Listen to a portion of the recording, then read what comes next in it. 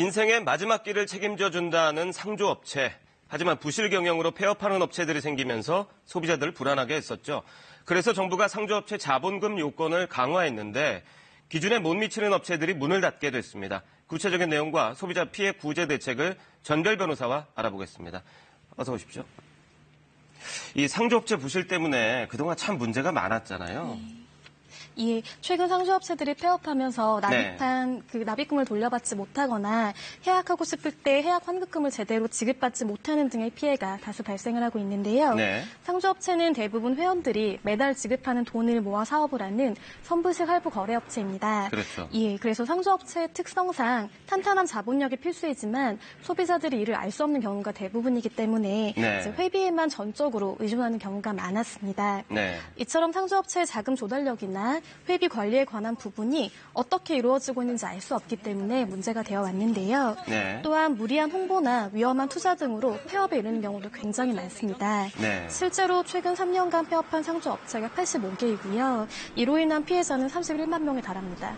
굉장히 피해가 큰데요. 그래서 정부가 자본금 요건을 강화했고 요건을 충족시키지 못한 업체는 이제 문을 닫게 된 거잖아요. 몇 개 업체나 되고 피해자는 얼마나 될까요? 과거에는 상조업체가 이제 자본금 기준이 3억 원으로 이제 등록을 할 수가 있었는데요. 할부 거래에 관한 법률이 2016년에 자본금 기준을 15억 원으로 상향을 하게 되었습니다. 그래서 이미 등록한 업체의 경우에는 올해 1월까지 이 기준을 충족하여야만 하는데요.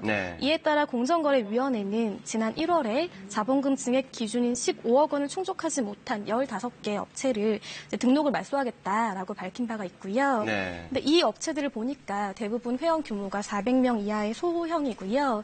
전체 피해자는 7,800여 명이고 이들이 납입한 총 금액은 53억 3천만 원에 달할 것으로 보입니다. 그러니까 자본금을 더 높여라 이렇게 어떻게 보면 시간을 준 거잖아요. 그런데 충족을 못 시킨 거군요. 그럼 이 폐업업체에 가입한 소비자들에게는 따로 이 업체가 폐업합니다. 이렇게 연락이 따로 가나요? 네, 맞습니다. 이번에 폐업한 업체들은 대부분 은행에 예치한 업체들입니다. 그래서 은행에서 등기로 소비자들에게 보상금을 찾아가라 라는 내용의 안내문을 발송을 하게 되는데요. 이러한 안내문에는 소비자 보호를 위해서 마련한 내상조 그대로라는 그 절차, 서비스에 대한 절차를 함께 안내할 예정입니다. 지금 내상조 그대로 서비스 말씀하셨잖아요. 구체적으로 어떤 건지 하고요. 소비자들이 그동안 낸 돈을 돌려받을 수는 있는 건지 설명을 좀 해주시죠. 먼저 이제 돌려받을 수 있는지 여부가 가장 우려가 되실 것 같습니다. 원칙적으로는 상조업체가 납입금의 50%를 은행이 예치한 금액을 돌려받으실 수가 있는데요. 다만 상조업체가 예치하지 않은 경우에는 소송 등을 통해서 돌려받으셔야만 합니다. 이러한 점을 고려해서 공정거래위원회에서는 작년 4월에 내상조 그대로라는 서비스를 마련하게 되었는데요.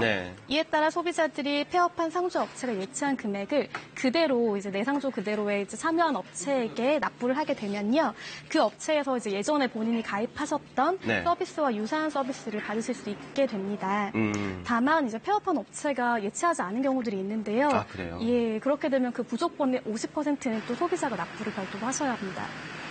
그 말씀하신 업체의 예치금이라는 게 중요한 것 같은데 예치금을 설명을 좀 부탁드릴게요. 이제 할부 거래에 관한 법률 등에 따르면 상조업체가 소비자에게 지급받는 금액에서 50%를 뭐 은행이라든지 공제조합에 의무적으로 예치를 해야만 합니다. 그리고 폐업할 경우에 이 금액을 반환하게 되는 것입니다. 그렇군요.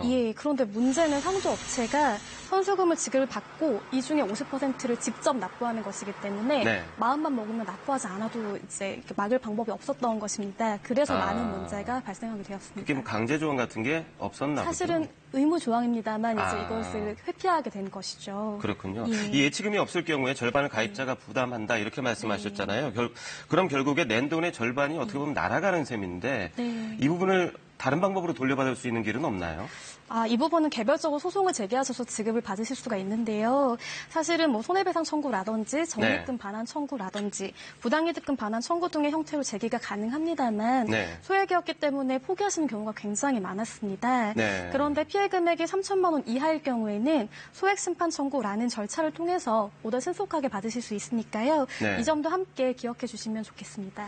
이게 사실 소송이 굉장히 어렵잖아요. 말씀하신 소액 심판 청구 이건 어떻게 할 수가 있는 거죠? 신청을 따로 하나요? 예, 신청을 별도로 하게 되면요. 네. 이제 일반적으로 증거가 모두 이제 완비가 되게 되면 변론기일이 열리지 않고 바로 결정이 나는 경우도 있고요. 네. 한번 살펴봐야겠다라고 하면 변론기일이 보통 1회 열리고 종결되는 경우가 많습니다.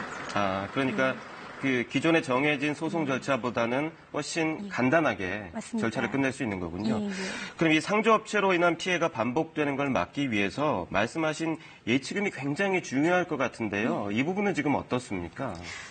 이를 위해서 공정거래위원회에서는 상조업체의 선수금 보전 의무를 강화하고 채무 상환 능력을 제고할 계획을 밝혔는데요. 네. 그래서 지금 원래 현행 제도로는요, 소비자가 은행이라든지 조합에 개별적으로 확인해야만 했습니다. 네. 그런데 이게 확인이 너무 어려웠기 때문에 그렇죠. 예, 향후에는 상조업체가 소비자에게 직접 이 선수금 예치에 관한 사항을 통지해서 소비자가 보다 쉽게 확인하도록 절차를 마련할 방안이고요. 계획이고요. 그리고 상조 공제 조합에서 적정한 보상금을 지급할 수 있도록 감독을 강화할 예정이라고 합니다. 그렇군요. 근데 말씀하신 대로 아직 개선할 예정이고 예. 아직은 개선이 안 된 거잖아요. 네, 그러면 맞습니다. 지금 이제 가입을 고려하시는 분들이 꼼꼼하게 좀 챙겨봐야 될 부분 예. 어떤 부분일까요?